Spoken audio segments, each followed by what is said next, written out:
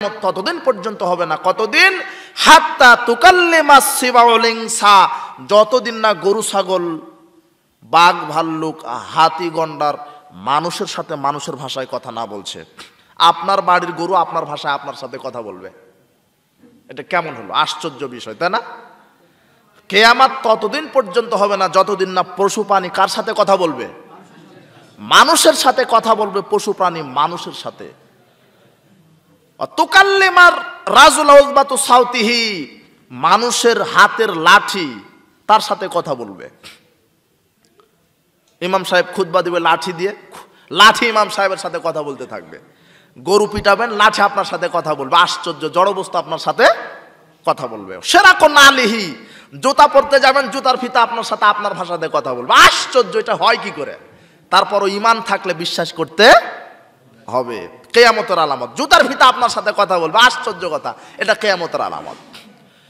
ওয়াইখুবিরাহু ফাখিযুহু বিমা আহদাস আহলু বাদাহু, বাড়িতে যখন ঢুকবেন তখন আপনার এই রানটা বলে দিবে আপনার ছেলে মেয়ে স্ত্রী কোথায় জেনা করেছে, কোথায় কুকর্ম করেছে। এই রান আপনার সাথে কথা বলবে। উরু রান আপনাকে বলে দিবে যে আপনার স্ত্রী কোথায় বেপরদায় চলেছে, গীবত করে আসলো, কোথায় পরকীয়া করে আসলো। কে বলে দিবে আপনাকে? এই রান, উরু। এটা একটা কিয়ামতের আলামত। আবু হুরায়রা রাদিয়াল্লাহু তাআলা আনহু বলেন, রাসূল সাল্লাল্লাহু আলাইহি ওয়াসাল্লাম বলেছেন, লা তাকুমুস সাত, কিয়ামত ততদিন পর্যন্ত কায়েম হবে না। কতদিন? হাত্তা ইউকাতিলাল মুসলিমুনা আল ইয়াহুদা, যতদিন না মুসলমানগণ ইহুদিদের বিরুদ্ধে যুদ্ধ না করবে।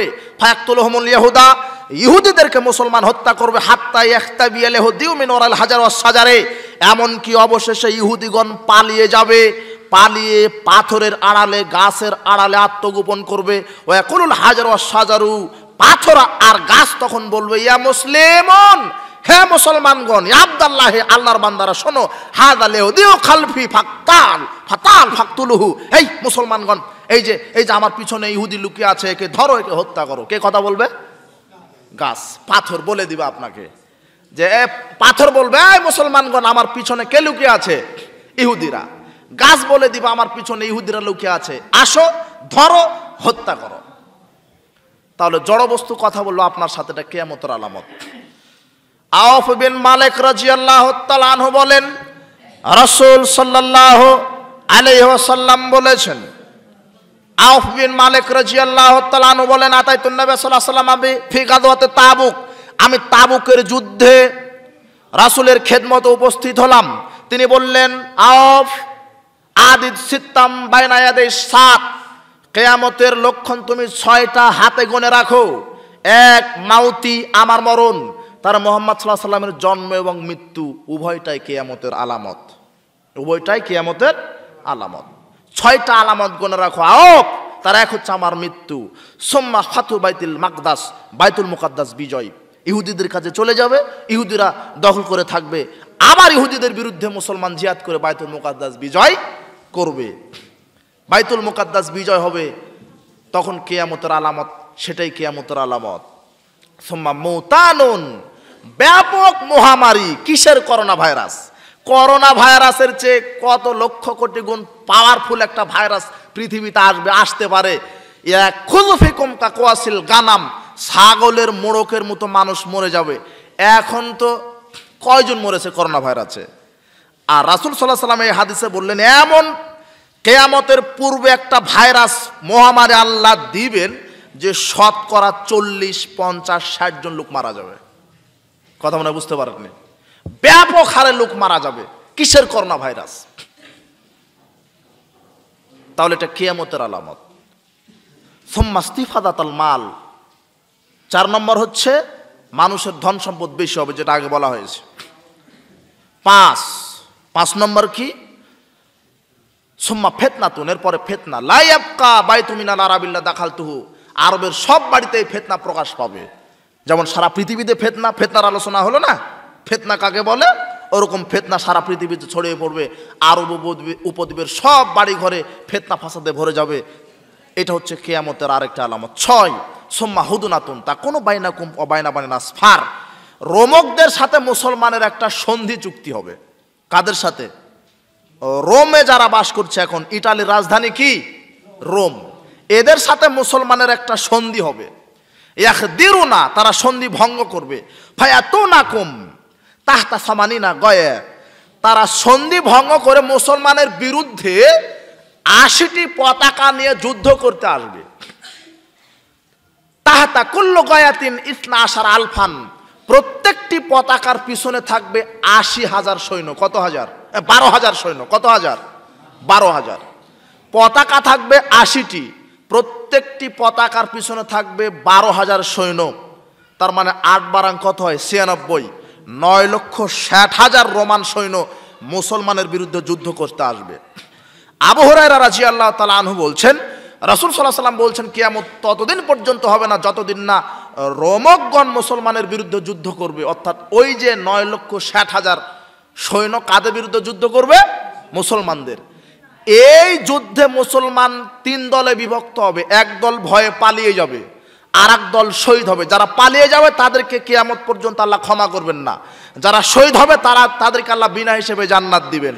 আর যারা জীবিত থাকবেন তারা ওই 9,60,000 রোমকদের উপরে বিজয় লাভ করবেন, আর তারাই কনস্টান্টিনোপল জয় করবেন।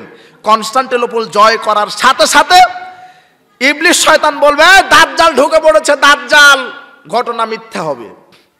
এরপরে যখন কনস্টান্টিনোপল পার হওয়ার পরে সিরিয়ায় ঢুকবেন, তখন দাজ্জাল বাস্তবিকই চলে আসবে।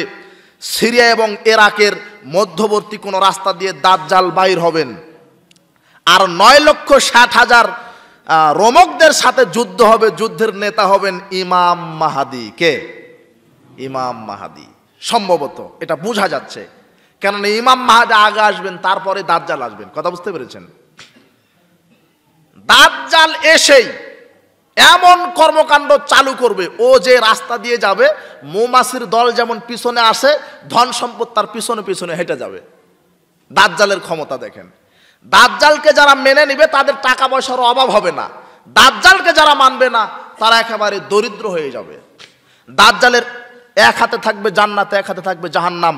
যেটা মানুষ জান্নাত মনে করবে সেটা হবে যেটা মানুষ জান্নাত মনে করবে সেটা হবে জাহান্নাম, যেটা মানুষ জাহান্নাম মনে করবে সেটা হবে জান্নাত। দাজ্জালের এক হাতে থাকবে রুটির পাহাড়, এক হাতে থাকবে পানির পাহাড়। মনে হবে যে তিনি রাজ্জাক, কিন্তু প্রকৃত তিনি রাজ্জাক নন। রাজ্জাক কে? আল্লাহ। তিনি এমন কর্মকাণ্ড করবেন, তিনি এক যুবককে বলবেন তুমি আমাকে মানো, যুবক বলবে আমি তোমাকে মানবো না। যুবককে তরবারের দ্বারা দ্বিখণ্ডিত করে 2 খণ্ড এত দূরে নিক্ষেপ করবেন, তীরের ফলা যত দূর যায় তত দূর চলে যাবে। আবার বলবে আসো, যুবক চলে আসবে, হও, আবার হয়ে যাবে। দাজ্জালকে আল্লাহ এত পাওয়ার দিবেন। যুবক আবার গঠিত হয়ে আবার যুবককে বলবে ঈমান আনো। তখন যুবক বলবে আমি আরো বিশ্বাসী হলাম যে তুই দাজ্জাল, আমি ঈমান আনবো না। সুবহানাল্লাহ বিহামদিহি। তাহলে এরকম কর্মকাণ্ড যখন হবে, এরকম কর্মকাণ্ড হতে হতে ঈসা ইবনে মারইয়াম আকাশ থেকে অবতরণ করবেন 2 জন ফেরেশতার ডানার উপরে ভর দিয়ে, মসজিদে দেমাস্কের শ্বেত মিনারায় অবতরণ করবেন। সুবহানাল্লাহ বিহামদিহি। ওখানে অবতরণ করবেন, গায়ে থাকবে হলুদ রঙের পোশাক, মাথা নিচু করলে টপ টপ করে ঘাম ঝরবে, মাথা উঁচু করলে মুক্তার দানার মতো ঝরবে ঘাম। তার নিঃশ্বাস যাবে, চোখের জ্যোতি যত দূর যায় তত দূর। তিনি দাজ্জালকে খুঁজ করবেন, বাইতুল মুকাদ্দাসের লুদ্দু দরজার সামনে তাকে পাবেন, তরবারি তারা তাকে একেবারেই। দাজ্জাল ঈসাকে দেখার সাথে সাথে লবণের মতো গলতে থাকবে, পানি হয়ে যেতে থাকবে। ঈসা ইবনে মারইয়াম, ঈসা তাকে একেবারে তরবারি ঢুকিয়ে দিয়ে হত্যা করে মানুষকে দেখাবেন, এই দেখো দেখো আমি দাজ্জালকে মেরেছি। কথা বুঝতে পারছেন? এগুলি কিয়ামতের পূর্বে এগুলি ঘটবে। মাহাদি আসবে, তারপরে দাজ্জাল আসবে, তারপরে ঈসা আসবে। ঈসা আলাইহিস সালাম যখন দাজ্জালকে মেরে দিবেন, তখন আল্লাহ বলবেন ঈসা তুমি তোমার যারা ইমানদার বাহিনী, যাদেরকে আল্লাহ দাজ্জালের ফিতনা থেকে বাঁচিয়ে রেখেছিলেন, তাদেরকে আল্লাহ বাহির করবেন, করে বলবেন ঈসা তুমি এদেরকে নিয়ে তুর পাহাড়ে আশ্রয় নাও। কেননা আমি এমন কিছু জাতি আবিষ্কার করেছি, কিছু লোকদেরকে, তাদের সাথে মোকাবেলা করার ক্ষমতা পৃথিবী তার কারণ নাই। অর্থাৎ তখন আল্লাহ ইয়াজুজ মাজুজকে ছেড়ে দিবেন। তার মানে প্রথমে আসবে মাহাদি, হ্যাঁ, তারপরে দাজ্জাল, তারপরে ঈসা, সর্বশেষ আসবে কারা? ইয়াজুজ মাজুজ। এটা একটা সম্প্রদায়, এদেরও পৃথিবীতেই ঘর বাড়ি আছে, এদের স্ত্রী ছেলে মেয়ে আছে। কোথায় আছে আল্লাহ ভালো জানেন। কথা বুঝতে পেরেছেন? ইয়াজুজ মাজুজ তারা এসে এত ক্ষমতাধর, তাবারিয়া নামক নদীর পানি একেবারে শুকিয়ে ফেললো পানি খেতে খেতে। পরের দল এসে বলবেন কে জানে এসেছিল এখন নাই। ওরা এসে বলবে যে তারা খুন খারাপিতে এত পারদর্শী হবে যে যাকে দেখবে তাকে মেরে দিবে। তারা বলবে যে দুনিয়াতে আর কোনো মানুষ নাই, এখন আকাশবাসীকে মেরে দিতে হবে। তারা আকাশের দিকে তীর ছুড়বে, তখন আল্লাহ তাদের তীরকে নিয়ে রক্ত দিয়ে আবার নিচে ফেলে দিবেন। তারা বলবে যে আমরা আল্লাহকেও মেরে দিয়েছি। কথা বুঝতে পেরেছেন? এই ভাব কর্মকাণ্ড। তখন ঈসা ওই যে তুর পাহাড়ে তার সৈন্যকে নিয়ে বড় বিপদে থাকবেন, আল্লাহর কাছে তারা প্রার্থনা করবেন, আল্লাহ আমরা বিপদে আছি, খাদ্যের অভাবে মুক্তি দাও। তখন আল্লাহ ইয়াজুজ মাজুদের গর্দানে বিষাক্ত কীটের আযাব দিবেন, যেই কীটের আযাবে ইয়াজুজ মাজুদ সম্প্রদায় করে মরে পড়ে থাকবে, তাদের গন্ধে তারা টিকতে পারবে না। ঈসা আলাইহিস সালাম এবং তার সেনাবাহিনীরা টিকতে পারবে না। তখন আল্লাহর কাছে আবার দোয়া করবেন, আল্লাহ এই বিপদ থেকে রক্ষা করো। তখন আল্লাহ বৃষ্টি বর্ষণ করাবেন। কি বৃষ্টি? আর বখতি উটের গর্দানে নাই লম্বা লম্বা পাখি পাঠিয়ে দিবেন। তারা ওই পাখিগুলি ওই ইয়াজুজ মাজুদের লাশ নিয়ে তারা এক নদীতে ফেলে দিবেন। নদীতে ফেলে দিবেন, পরিষ্কার করবেন সারা পৃথিবী, বৃষ্টি দিবেন, সারা পৃথিবী চকচকে ঝকঝকে হয়ে যাবে। সেই সময় তা আল্লাহ আবার উর্বরতা দিয়ে ভরিয়ে দিবেন। ওই সময়তে একটা ডালিম খাবে একজন এক জামাত লোক, একটা বংশের লোক। ডালিমের যে খোসা, ওই খোসা দিয়ে মানুষ বাড়ির ছাদ তৈরি করতে পারবে। তাহলে কত বড় ডালিম হবে বলেন তো? একটা গরুর দুধ খাবে একটা গ্রামের লোক। এখনই তো 40-50 কেজি হয়, তাহলে সেই সময় কত কেজি হবে আল্লাহ ভালো জানেন। সুবহানাল্লাহ। ওই সময়তে মানুষ সুখ শান্তিতে থাকবে, শুধু ঈমানদারগণ। আবার এক শ্রেণীর মানুষ নিকৃষ্ট হয়ে যাবে। আল্লাহ মৃদু একটা বাতাস দিবেন, ওই বাতাসে ঈমানদারগণ সব মানুষ মারা যাবে। দাজ্জাল পৃথিবীতে থাকবেন 40 দিন। কয়দিন? 40। ইমাম মাহদি ক্ষমতায় থাকবেন, সারা পৃথিবীর বাদশা থাকবেন 7 বছর। কতদিন থাকবেন এটা বলা হয়নি। আর ঈসা আলাইহিস সালাম পৃথিবীতে জীবিতই থাকবেন আসার পরে 7 বছর। কত বছর? আর ইমাম মাহদি 7 বছর ক্ষমতায় থাকবেন। তিনি কতদিন থাকবেন এ কথা বলা হয়নি। তবে ঈসা আলাইহিস সালাম থাকবেন সর্বমোট 7 বছর। কত বছর? 7 বছর। তো মৃত হয়ে যাবে সব ইমানদার মানুষ। এরপরে নিকৃষ্ট মানুষ যারা, তারাই জীবিত থাকবে। তারা এত জেনা ব্যভিচারে পারদর্শী হবে, গরু ছাগল যেমন রাস্তাঘাটে জেনা করে, তারা জেনা করতে লাগবে। ইবলিস শয়তান মানুষের বেশ ধারণ করে সে বলবেন, তোমাদের কি ঈমান আছে? ইবলিস শয়তান দেখেন আবার ওয়াজ করতেছে, তোমরা এলে কি করো? তখন বলবে আপনিই বলেন আমাদের কি করা উচিত। তখন ইবলিস বলবে, আরে তোমরা মূর্তি পূজা করো। কি করো? হ্যাঁ, মূর্তি পূজা করো। পৃথিবীতে আসার প্রথম পাপ মূর্তি পূজা। পৃথিবী ধ্বংসের শেষ পাপ মূর্তি পূজা। নূহ আলাইহিস সালামের কওমেরা সর্বপ্রথম যে পাপ করেছিলেন সেটা কি? মূর্তি পূজা। আর 7 আকাশের ওপরে প্রথম যেই পাপ, সেই পাপের নাম কি বলেন তো? হিংসা। ওই যে ইবলিসকে বললেন না সেজদা করো, হ্যাঁ, তখন ইবলিস কি করলেন? হিংসা করলেন। আরে আমি আদমের চেয়ে বড়। তাহলে 7 আকাশের ওপরে সর্বপ্রথম যেই পাপ সৃষ্টি হয়েছে সেই পাপের নাম কি? হিংসা। আর পৃথিবীতে আসার পরে সর্বপ্রথম যেই পাপ সেটাও হিংসাই। ওই যে হত্যা, হ্যাঁ, কাবিল হাবিলকে কি করে দিল? হিংসার বশবর্তী হয়ে, যে ওর ইয়ে কবুল হলো আমারটা হলো না। আর নূহ আলাইহিস সালামের সময় প্রথম যে পাপ সেটা হলো মূর্তি পূজা। মূর্তি পূজা পৃথিবীর প্রথম পাপ। মূর্তি পূজায় পৃথিবীর ধ্বংসের শেষ পাপ। মূর্তি পূজা যখন করতে লাগবে তখন আর আল্লাহ বলবেন আর দেরি নাই, এখন আর লা তাকুমুস সাআত হাত্তা ইউকালু ফিল আরদি আল্লাহ আল্লাহ। যেদিন পৃথিবীতে লা ইলাহা ইল্লাল্লাহ বলার একটা লোক থাকবে না, সেই দিন তাদের উপরে কিয়ামত হবে। তাহলে চিন্তা করেন, লক্ষ কোটি মানুষ থাকবে, সবাই আল্লাহকে ভুলে যাবে, সবাই মূর্তি পূজা করবে। তখন আল্লাহ ইসরাফিলকে বলবেন, ইসরাফিল কি করো? ফোঁ দাও। ফোঁ দেওয়া শুরু। আকাশ জমিনে যা আছে সব তছনছ হওয়া শেষ। পরের ফুৎকার দিবেন, তবে 2 ফুৎকারের ব্যবধান হবে 40। কত? 40 দিন না মাস না বছর এটা বলা হয়নি। প্রথম ফুৎকার দেওয়ার পরে 7 আকাশ 7 জমিন, আসমান জমিন, মানুষ জিন ইনসান সব ধ্বংস হবে। আর 40-এর পরে দ্বিতীয় ফুৎকারে সব উঠে বিচারের মাঠে যাবে। আপনাদের কিয়ামতের অবস্থা বোঝাতে পেরেছি? কিয়ামতের আলামত। তবে কিয়ামতের আলামত সবচেয়ে বড় 10টি। এই 10টি যখন প্রকাশ পেয়ে যাবে তখন দেখবেন যে কিয়ামত আসতে আর বেশি দেরি নয়। তার এক, সাহাবীগণ বলছেন আমরা নাজকুরুস সাত, কিয়ামত নিয়ে আলোচনা করছিলাম। রাসূল সাল্লাল্লাহু আলাইহি ওয়াসাল্লাম এসে বলছেন, এই শোনো, ইন্নাহা লাং তাকুমা হাত্তা তারা কাবলাহা 10 আয়াতিন।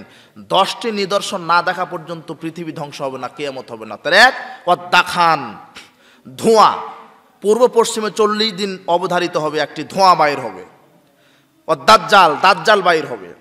ও দাব্বা, চতুষ্পদ জন্তু বাইর হবে। একটা জন্তু আল্লাহ বাইর করবেন পৃথিবীর মাটির নিচ থেকে, ওই জন্তু এখনো আসেনি। আশ্চর্য চতুষ্পদ জন্তু বাইর হবে। তখন বুঝতে হবে যে কিয়ামত আসতে আর দেরি। ও তুলু আশ-শামসু মিন মাগরিবিহা, পশ্চিম দিকে সূর্য উঠবে। পশ্চিম দিকে যখন সূর্য উঠবে বুঝতে পারবেন, তখন বুঝতে পারবেন যে কিয়ামত আসতে আর দেরি নাই। ও নুজুলা ঈসা ইবনে মারইয়াম, ঈসা ইবনে মারইয়াম অবতরণ করবেন। ইয়াজুজ মাজুজ, ইয়াজুজ মাজুজ বাইর হবেন।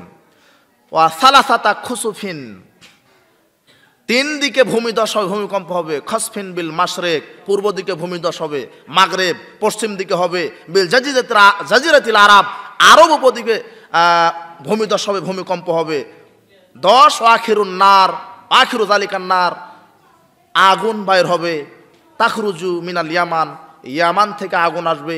তাতরুদুন নাসুলা মাহাশারিহিম, এই আগুন মানুষকে একত্রিত করবে।